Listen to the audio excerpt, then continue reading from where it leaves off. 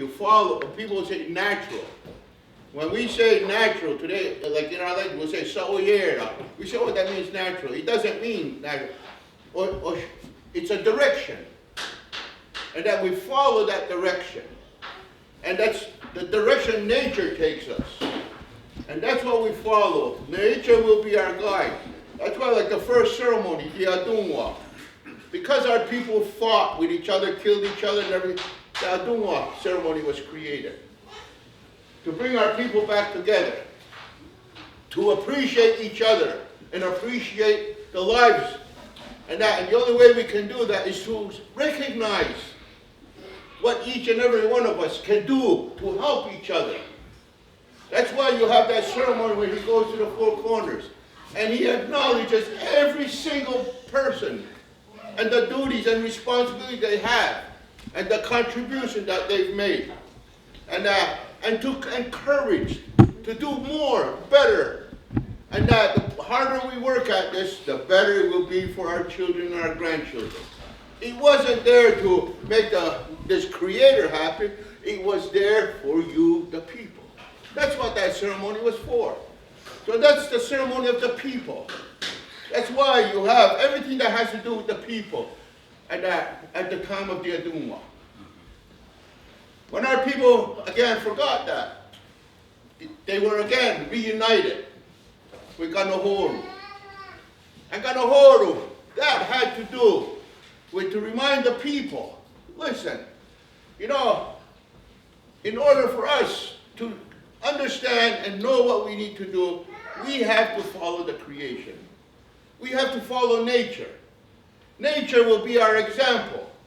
That's why they start with acknowledging each other. Then they go right away to the earth. Because that's the power. That's got me stumped set up. We're all connected to that power. Because that's the thing that gave us life. That's the power that gave us life. And to support that life, you have the water. That's why you start with your mother, the earth. Then you go to your immediate relatives, your cousins, the waters. Because you associate with them every day. And that water is, like what they say in science, 90% of you is water. You need them all the time. Then you go to all the different creatures, whether they're insects, whether they're birds, whether they're fish, whether they're animals, everything. That's all your brothers and sisters. And it goes on. They talk about your grandmother, the moon, your cousins, the stars, your distant cousins, the stars, your oldest brother, the sun, your grandfathers, the four winds, because every one of these forces of nature is going to be a time within our lives, whether if we're female or male.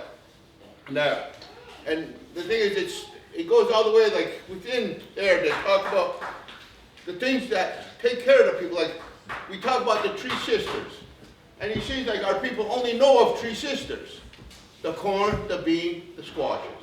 That's all our people know about because that's what they're being told. But nobody ever mentions that we have many sisters. We have so many sisters. The strawberry is a sister. The blueberries are a sister. You know, the different nuts that grow, those are sisters. All these life-supporting plants are sisters. But the only reason we talk about the three sisters, the corn and beans and squash, is because they don't know how to take care of themselves.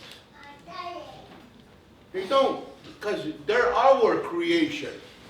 They didn't come to us by nature's design.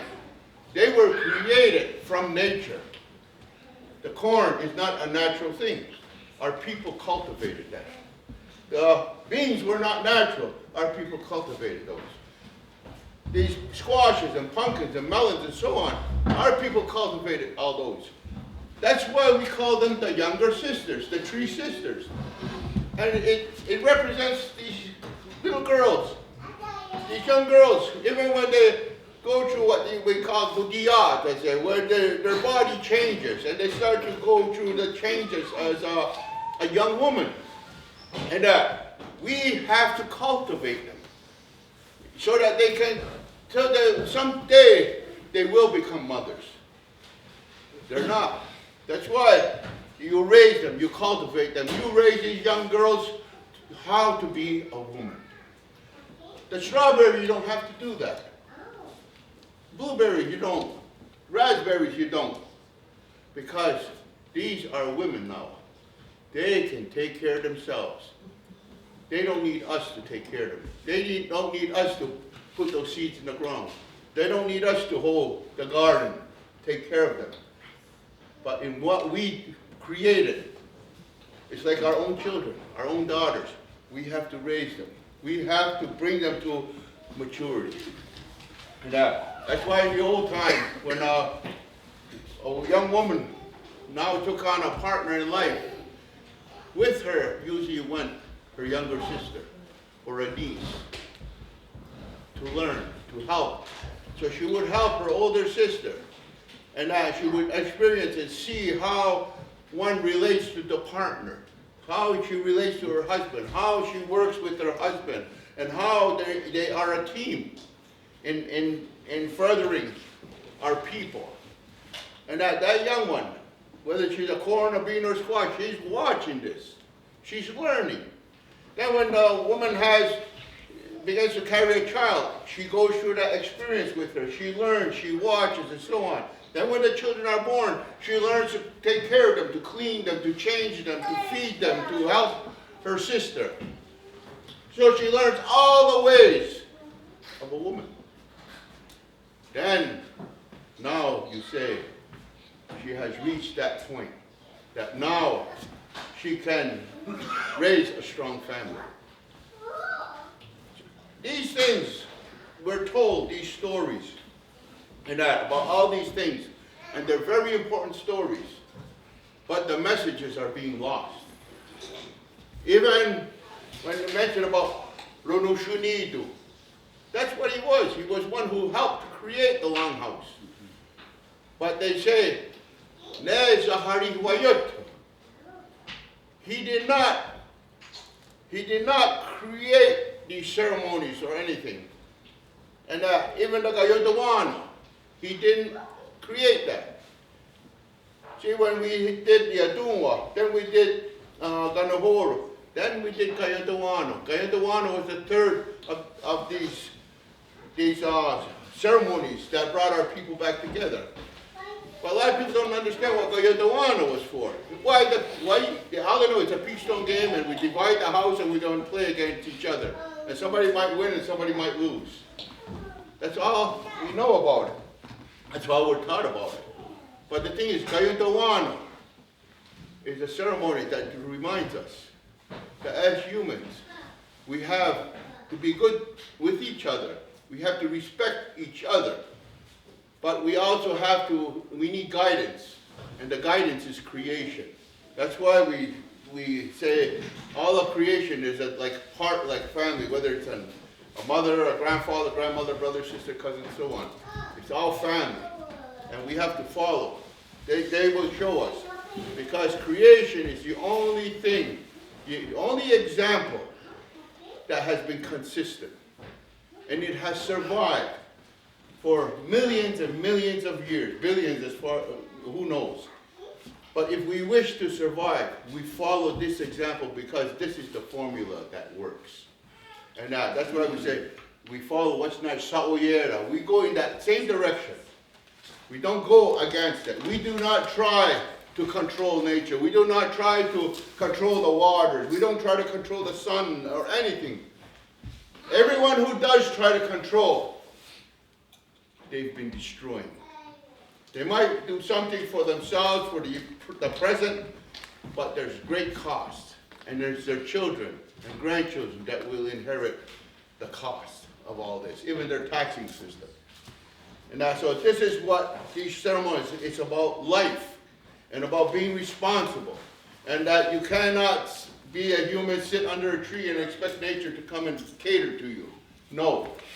You have to work at it. You have to take responsibility. You have to do these things. And you cannot rely on someone else. You have to do this. This is what Gayatawano teaches us. It reminds us. Then when this founder of the Confederacy came about, we call him the Ganawita. He came about, and they say he reestablished